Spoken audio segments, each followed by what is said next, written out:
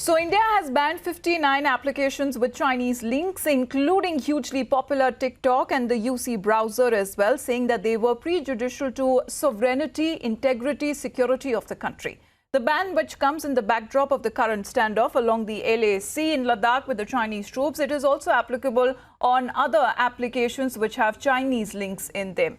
We have Ankit joining us from the Mumbai newsroom, and as of now, the statement that has just been given out by TikTok is contradictory to many of the claims that it seems to be making. Ankit, help us explain when it comes to a Chinese company, a Chinese application and its operations that are run in India being one of the biggest markets that TikTok users, especially if we talk about, has, and what really does the statement indicate? Right, Amita, it actually touches upon all aspects of what you've just said. Probably the most important two words in TikTok's statement is that they refer to this as an interim order, this decision by the government of India to ban 59 apps. They are viewing it as something that is interim. They have been asked to explain their position, which they say that they are going to do.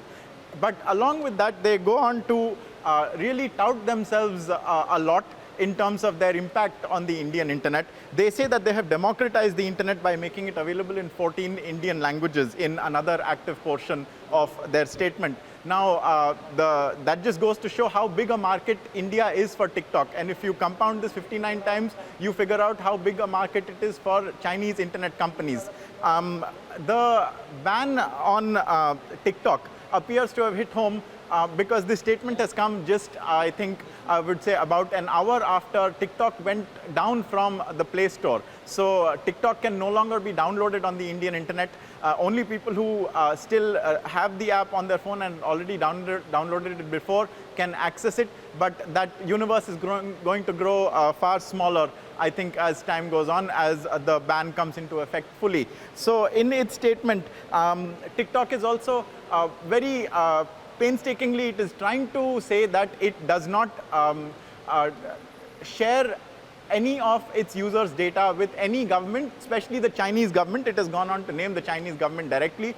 But that is a statement that needs to, of course, be taken with a pinch of salt, because we have seen in China's case with many companies, not only TikTok, where suspicious things have been found about in relation to privacy. There is a very famous electronics hardware manufacturer which is currently under the global lens because there were findings that it may have hardware that compromises users' security and privacy. Apps are, I feel, much easier to tamper with in that case. It depends a lot of the time on where your data centers are.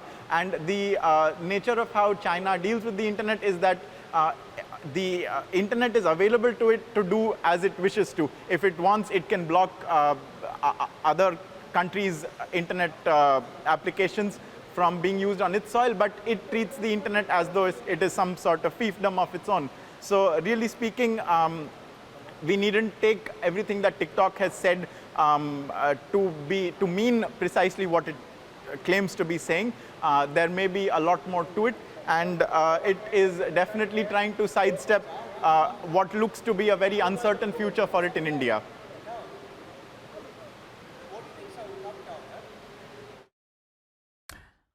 Well, Ankit, because help us understand when it comes to the servers and how people can access it from VPN, because we were showing, and you yourself were showing, that people cannot now no longer access it on their iOS or on their Android phones on the Play Stores. But what happens to people if they try to access it from the virtual private networks?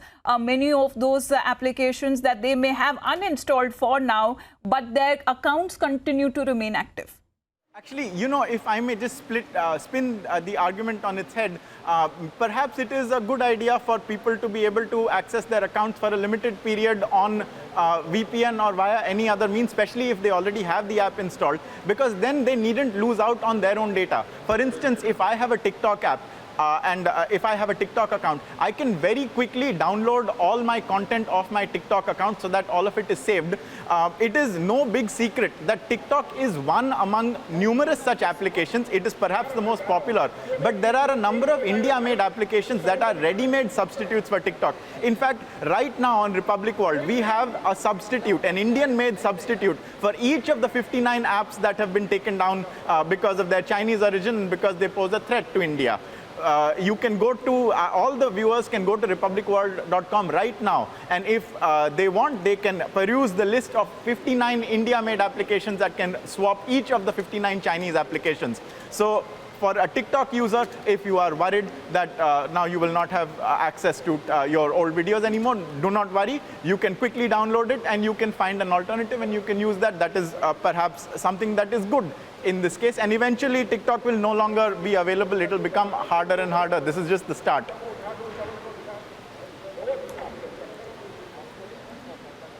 So the list of applications that have been banned that include Hello Like, Camp Scanner, Vigo Video, Me Video Call, Xiaomi, Clash of Kings, Camp Scanner, and Club Factory and Sheen. Now, Ankit, especially when it comes to the market that they kind of cater to, is a lot of the young generation, especially you have beauty applications, fashion applications, TikTokers who would want to call themselves as TikTok stars, something that impacts them on their livelihood as well. If you can also tell us, because around 19 million users, it's a Chinese application, but the majority of the users are Indians.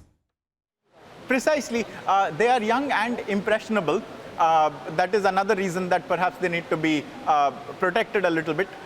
But in this case, they do certainly earn their livelihoods, but it's not a novel innovation of China's. The model is pretty much available across different platforms. It's just that TikTok was the most popular among them. And also TikTok, because of its origin and because of the company that is bankrolling it, had a bit of an advantage because it was the largest player. It could possibly bully some of the smaller ones and hamper their growth. So Indian companies did suffer. Homegrown Indian app makers did have a tall mountain to climb while competing with TikTok, and now this has been removed from their way. So expect free reign a little bit, and definitely a fair playing field for Indian app makers as well in this regard. So on the longer run, there may be more positive ramifications as well.